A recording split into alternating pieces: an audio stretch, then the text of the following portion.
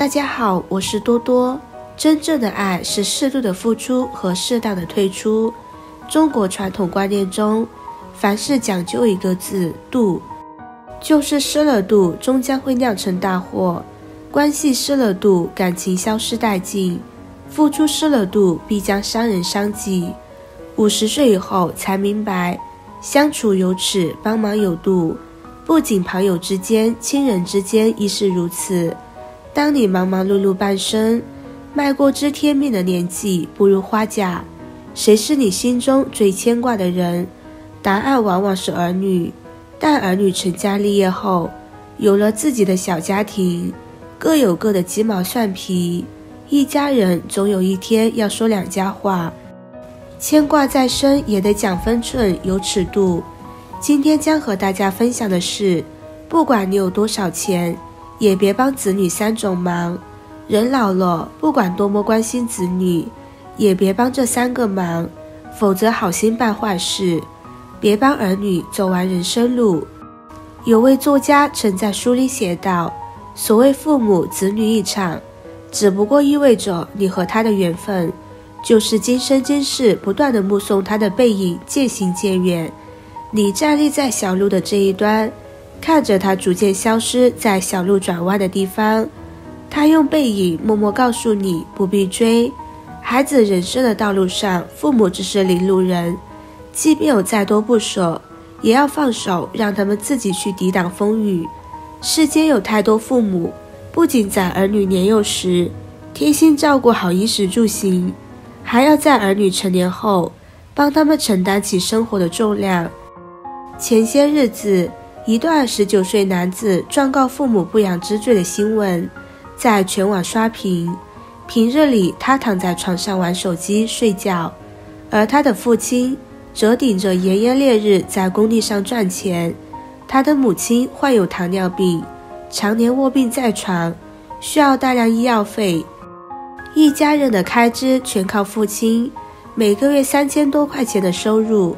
他们居住的房子仅有15平米，却要容纳一家3口日常生活。在此之前，这名男子做过搬运工、寄件员等工作，最后都觉得太累，做不了。唯一让他满意的是去美容院当绘画模特，因为只需要坐着即可。但没过多久，他就因为报酬低、久坐难受等原因，选择了放弃。从那时起，他就下定决心啃老，要求父亲供养自己一辈子，直到离世。时间久了，父亲忍无可忍，将他逐出家门。随后他便扬言状告父亲，希望判其不养之罪。直到记者深入采访时，才得知其中缘由。原来从小到大，母亲从不让他做一点家务，无论他有什么要求，父母都尽所能去满足。母亲拼尽全力帮儿子解决问题，帮他避开风雨。儿子也渐渐觉得这一切都是理所当然，所以希望后半生都依靠父母。仔细想想，天下这样的父母不在少数。儿女小时候犯了小错，父母立马站出来承担责任；成年后犯下大错，父母想方设法为孩子减轻罪责，帮其偿还债款。辛辛苦苦大半辈子，好不容易干到退休，是因为儿女买房做投资，把存款全部给了孩子，自己生病住院时却身无分文，无人问候。很认同特别狠心特别爱中的一段话，中国父母给予孩子的爱不是太少，而是太多了。不忍心他们从小体验生活的艰难，也不懂得适当时机向他们索要，最终导致子女一辈子向父母索要。人老了，不要过分插手儿女的人生，也不必费尽心思帮他们走完人生这一程。请告诉孩子，有的苦唯有亲自品尝过，才能享受生活的甜；有的难唯有自己扛过去，才能看得见曙光到来。别帮儿女处理家务事。听过一个很深刻的观点，父母与子女之间最好的距离是保持1碗汤的距离，煲好1碗汤给孩子送过去，汤的温度刚刚好，彼此心里都温暖，近了太烫，远了太凉，恰到好处才舒服。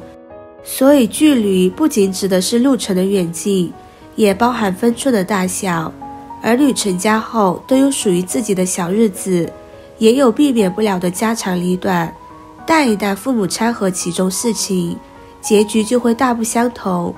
隔壁住着一对新婚夫妻，原本两人过着幸福平淡的日子，每天一起上班，晚上一起买菜回家做饭，让很多邻居羡慕不已。可自从公婆搬过来之后，经常能听到隔壁传来争吵声，日夜不休，骂声连连。后来有一次在超市购物，偶遇隔壁的女主人，于是同她聊起来，聊到各自的烦恼，苦笑着说，追猪婆婆声称为了方便照顾她俩的生活，想要搬到一起住，搬过来之后便开始干涉他们的生活习惯，还要求帮他们保管钱财，担心他们乱花钱。儿媳有时加班工作到深夜，次日起床较晚，婆婆就向儿子抱怨儿媳太懒。夫妻俩本来只是为了一件小事拌嘴，婆婆听到后要站出来主持公道，小矛盾最终演成大灾难。1年后，在这样接连不断的争吵声中，这段婚姻即将走到尽头。作家周国平有句话说得很对，分寸感是成熟的爱的标志。他懂得遵守人与人之间必要的距离，这个距离意味着对于对方作为独立人格的尊重。家人之间也应该遵循这个规则，不去干涉子女的选择是对他们的尊重，不去插手子女的家事是对家庭的保全，不去破坏距离的远近是对感情的维持。真正聪明的父母都懂得在晚年专注于自己的生活，充实好自己的人生，趁着身体健康和老友约一次旅行，去远方看看世界之大，别再局限于生活的鸡零狗碎。趁着阳光正好，发掘一个新的爱好，活动下身体，养一盆植物，享受当下的美好。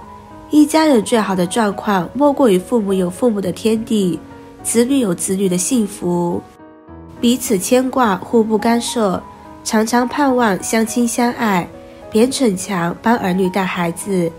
人世间，郑娟说了一句话让我印象深刻，孩子的一生是一生，我们的一生就不是一生了吗？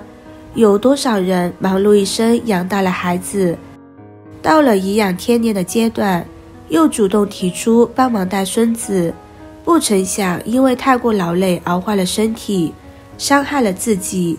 不禁想起之前看过的一个心酸故事，老人为了减轻儿女的负担，特意来到女儿所在的城市帮忙照看孩子，但因为思想观念和生活习惯的不同，常常受到女儿的埋怨。他担心女儿长期熬夜工作伤身体，于是早起煮营养粥，女儿却认为他动静太大，他想尽快送孩子上学，于是帮孩子穿衣服，女儿却怨他不会教孩子独立。他看着孩子发烧心急，于是给孩子吃了点感冒药，女儿却怨他乱喂药，每天从早忙到晚，做饭洗衣家务全包。他的辛劳女儿似乎从未看到，现实生活中其实还有更多的老人为了帮儿女带孩子，明明不适应大城市的生活，却默默忍受，为了儿女能轻松点，明明身体不适，却忍着一言不发。